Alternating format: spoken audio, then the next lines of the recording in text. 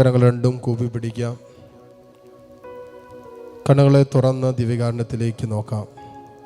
ഈശോ തന്നെയാണ് മക്കളെ അൽത്താരയിൽ. ഈശോയാണ് ഇതാ ഈ അപ്പത്തിൽ എഴുന്നള്ളിയിരിക്കുന്നത്. ജെറുസലേം ഭീതികളിലൂടെ ജീവിക്കുന്നവനായി നടന്നു നീങ്ങിയ അതേ കർത്താവ് ഇതാ ഈ അൽത്താരയിൽ എഴുന്നള്ളിയിരിക്കുന്നു. അല്പം പോലും മാറ്റമില്ല. ജീവനോടെ എഴുന്നള്ളിയിരിക്കുന്ന സമയം. ഈശോ നടന്നു നീങ്ങിയപ്പോ ആരൊക്കെ ഈശോ കണ്ടുമുട്ടിയോ, ആരൊക്കെ ഈശോയെ കണ്ടുമുട്ടിയോ അവിടൊക്കെ ജീവിതത്തിൽ നിശ്ചയമായും അത്ഭുതകരമായ ദൈവിക ഇടപെടലുകൾ അവർ സ്വന്തമാക്കിയില്ലേ? ഇതാ മോളെ, മോനെ, ഈശോ അൽത്താരയിൽ നിന്നും നിന്റെ ജീവിതത്തിലേക്ക്, നിന്റെ കുടുംബത്തിലേക്ക്, നിന്റെ ഭവനത്തിൻ്റെ ഓരോ മുറികളിലേക്കും ഇറങ്ങി വരുന്ന സമയമാണത്. ഇറങ്ങി നടക്കുന്ന സമയമാണ്.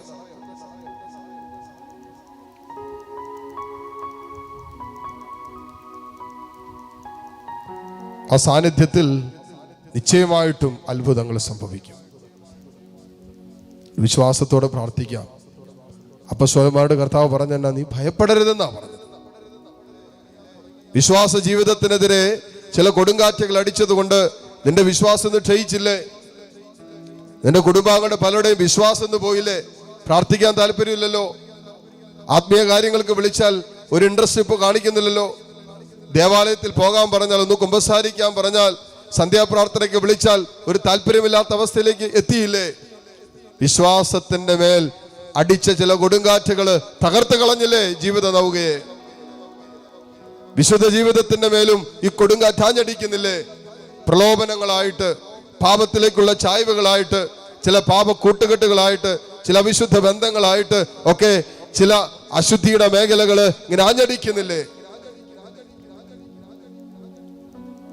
സ്വന്തം ശരീരത്തെ പോലും അശുദ്ധമാക്കുന്ന രീതിയിലുള്ള ചില കൊടുങ്കാറ്റുകൾ അടിച്ചപ്പോ, അങ്ങനെയുള്ള പ്രലോഭനങ്ങൾ വന്നപ്പോ അതില് നമ്മുടെ ജീവിത നൗകകള് മറിഞ്ഞു പോയില്ലേ? വീണുപോയില്ലേ? തകർന്നു പോയില്ലേ?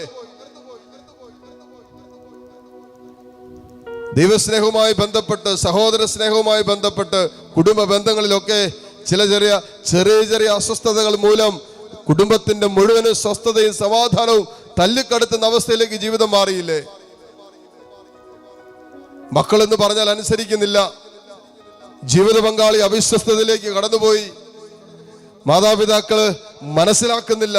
എന്തെല്ലാം തരത്തിലുള്ള അസ്വസ്ഥതകളാണ് കൊടുങ്കാറ്റ് പോലെ നമ്മുടെ കുടുംബത്തെ, ജീവിതത്തെ ഒക്കെ അടിച്ചിട്ട് നമ്മുടെ ജീവിതമാകുന്ന നൗക ഇങ്ങനെ ആടി ഉലഞ്ഞുകൊണ്ടിരിക്കുക. മോളെ, മോനെ, വിളിക്കേ, നീ കർത്താവിനെ വിളിക്കേ. കർത്താവ് നിന്റെ ജീവിതത്തിൽ എഴുന്നേറ്റ് നിന്നാലുണ്ടല്ലോ, നിന്റെ ജീവിത നൗക എത്ര ആടി ഉലഞ്ഞാലും നീ ഭാരപ്പെടണ്ട. നിന്റെ കുടുംബം എത്ര അസ്വസ്ഥതകളുടെ നടുവിലാണെന്ന് കടന്നു പോകുന്നെങ്കിലും നീ വല്ലാതെ കണ്ട് സങ്കടപ്പെടണ്ട. കാരണം മോളെ, മോനെ, നീ വിശ്വസിക്കേ, നിന്റെ ജീവിത നൗകയെ ശാന്തമാക്കാൻ ഈ കർത്താവിന് സാധ്യമാണ്.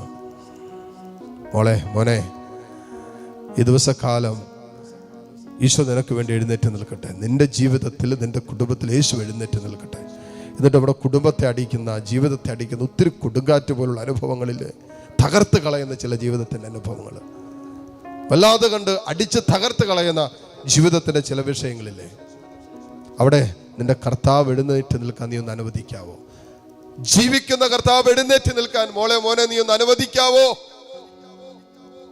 തമ്പുരാൻ എഴുന്നേറ്റാലുണ്ടല്ലോ, എത്ര വലിയ കൊടുങ്കാറ്റും ഈശോയ്ക്ക് ശാന്തമാക്കാൻ പറ്റും. എത്ര വലിയ പ്രശ്നങ്ങളെയും യേശുവിന് ശാന്തമാക്കാൻ പറ്റും. അത് വിശ്വസിക്കുക. ആ വിശ്വാസത്തോടെ കരങ്ങൾ ഈശോയിലേക്ക് നീട്ടിപ്പിടിക്കുക. ഈശോ അപ്പോസ്തലന്മാരോട് പറഞ്ഞ ഒറ്റ കാര്യമുള്ളൂ, നിങ്ങൾ ഭയപ്പെടുന്നത് എന്ത്? നിങ്ങളുടെ വിശ്വാസം എവിടെ? അതുകൊണ്ട് ഈ സമയത്ത് മക്കളെ, എന്ത് വലിയ പ്രശ്നത്തിൻ്റെ നടുവിലാണെങ്കിലും ഭയമെടുക്കരുത്, ആകുലപ്പെടരുത്, അസ്വസ്ഥപ്പെടരുത്. വിശ്വാസം എടുക്കുക. ഭയത്തിന്റെ നേരെ ഓപ്പോസിറ്റാണ് വിശ്വാസം. നിങ്ങളുടെ വിശ്വാസം എവിടെ എന്ന് ചോദിച്ചാൽ, ആ വിശ്വാസം പോയത് കൊണ്ടായി ഭയപ്പെട്ടത്. വിശ്വാസത്തിൽ കർത്താവിനോട് ചോദിക്കുക, കർത്താവ് കൂടെയുണ്ടല്ലോ, നിന്റെ ജീവിത നൗകയുടെ അമരത്ത് ഈശോയുണ്ടല്ലോ, ഈശോ എഴുന്നേറ്റ് എല്ലാ പ്രശ്നവും തീരില്ലേ? അവനെ വിളിച്ചാൽ പോരെ? കരങ്ങൾ ഈശോയിലേക്ക് നീട്ടിപ്പിടിച്ച്, കർത്താവേ, എൻ്റെ ജീവിതത്തിൻ്റെ മേല്, എൻ്റെ കുടുംബത്തിൻ്റെ മേൽ, എൻ്റെ ജീവിത നൗകയുടെ മേല് ആഞ്ഞടിച്ചു കൊണ്ടിരിക്കുന്ന മരണതുല്യമായ മരണത്തിൻ്റെ നിഴൽ വീണ ഈ ജീവിത അനുഭവത്തെ കർത്താവേ ശാന്തമാക്കണമേ. ഈ പ്രതിസന്ധിക്ക് നീ പരിഹാരം തരണമേ. ഈ അസ്വസ്ഥതകൾ കർത്താവേ നീ ഏറ്റെടുക്കണമേ എന്ന് പറ. മോനെ, നിന്റെ പാപഭാരം ഏറ്റെടുക്കാനല്ലേ ഈശോ ഈ ലോകത്തിലേക്ക് വന്നത്? നിന്റെ രോഗങ്ങൾ ഏറ്റെടുക്കാനല്ലേ ഈശോ വന്നത്? നിന്റെ തകർച്ചകളും നിന്റെ ജീവിതത്തിന്റെ നൊമ്പരങ്ങളും ഏറ്റെടുക്കാനല്ലേ ഈശോ ഈ ലോകത്തിലേക്ക് വന്നത്? കർത്താവേ, എൻ്റെ ജീവിതത്തിൽ ഞാൻ കടന്നു പോകുന്ന ഈ അവസ്ഥയുടെ മേൽ നീ എഴുന്നേറ്റിപ്പോ നിൽക്കണമേ. ശാന്തമാക്കാൻ പറ. ഈശോയെ, മനസ്സിനെ ഒന്ന് ശാന്തമാക്കിത്ത, ഞങ്ങളുടെ ചിന്തകളെ ഒന്ന് ശാന്തമാക്കിത്ത. കർത്താവേ, ഞങ്ങളുടെ ഹൃദയമിടിപ്പുകള് നീ ഒന്ന് ശാന്തമാക്കിത്ത. സ്വസ്ഥതയില്ലാത്ത മനസ്സിന്റെ അവസ്ഥകള് തമ്പുരാനെ നീ ശാന്തമാകാൻ പറ. ഈശോയെ, നീ ശാന്തമാകാൻ പറ. കരങ്ങൾ ഉയർത്തി കർത്താവിനെ ഒന്ന് സ്തുതിച്ചേ. Hallelujah, hallelujah. ഓ കർത്താവേ, ഈ മക്കളിലേക്ക് നിന്റെ സാന്നിധ്യം ഇറക്കണമേ. കർത്താവിന്റെ ജീവിതത്തിൽ നീ എഴുന്നേറ്റ് നിൽക്കണമേ. കലുഷിതമായി നിൽക്കുന്ന മനസ്സുകളെ നീ ശാന്തമാക്കണമേ. അസ്വസ്ഥപ്പെട്ട് നിൽക്കുന്ന ഹൃദയങ്ങളെ നീ ശാന്തമാക്കണമേ. ഭാരപ്പെട്ടിരിക്കുന്ന ജീവിതങ്ങളെ നീ സാന്ത്വനിപ്പിക്കണമേ എന്ന് പ്രാർത്ഥിക്കുന്നു. ഹല്ലേലൂയ, ഹല്ലേലൂയ, ഹല്ലേലൂയ. ഹല്ലേലൂയ, ഹല്ലേലൂയ, ഹല്ലേലൂയ, ഹല്ലേലൂയ. യേശുവേ ആരാധന, ആരാധന, ആരാധന, ആരാധന, ആരാധന. യേശുവേ ആരാധന, ആരാധന, ആരാധന, ആരാധന, ആരാധന, ആരാധന, ആരാധന. ഈ നിമിഷം മുട്ടുമേലായിരിക്കാൻ പറ്റുന്ന എല്ലാ മക്കളും മുട്ടുകുത്തുന്നു. കരങ്ങളെ രണ്ടും മാറോട് ചേർത്ത് പിടിക്കാം. ഈശോ തൻ്റെ അപ്പസ്തോലന്മാരോട് പറഞ്ഞ ഒറ്റ കാര്യമുള്ളൂ: എന്തിനാ ഭയപ്പെടുന്നത്? നിങ്ങൾക്ക് വിശ്വാസമില്ലേ എന്നാണ് കർത്താവ് ചോദിച്ചത്. മർക്കോസിന്റെ സുവിശേഷം 6-ാം അധ്യായത്തിൽ തന്നെ നമ്മൾ വായിക്കുന്നുണ്ടല്ലോ, 6-ാമത്തെ വചനം.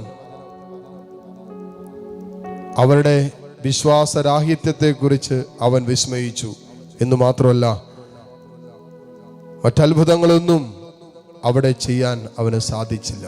കാരണം അവിടെ അവിശ്വാസം കാണും. മക്കളെ, വിശ്വസിക്കുക.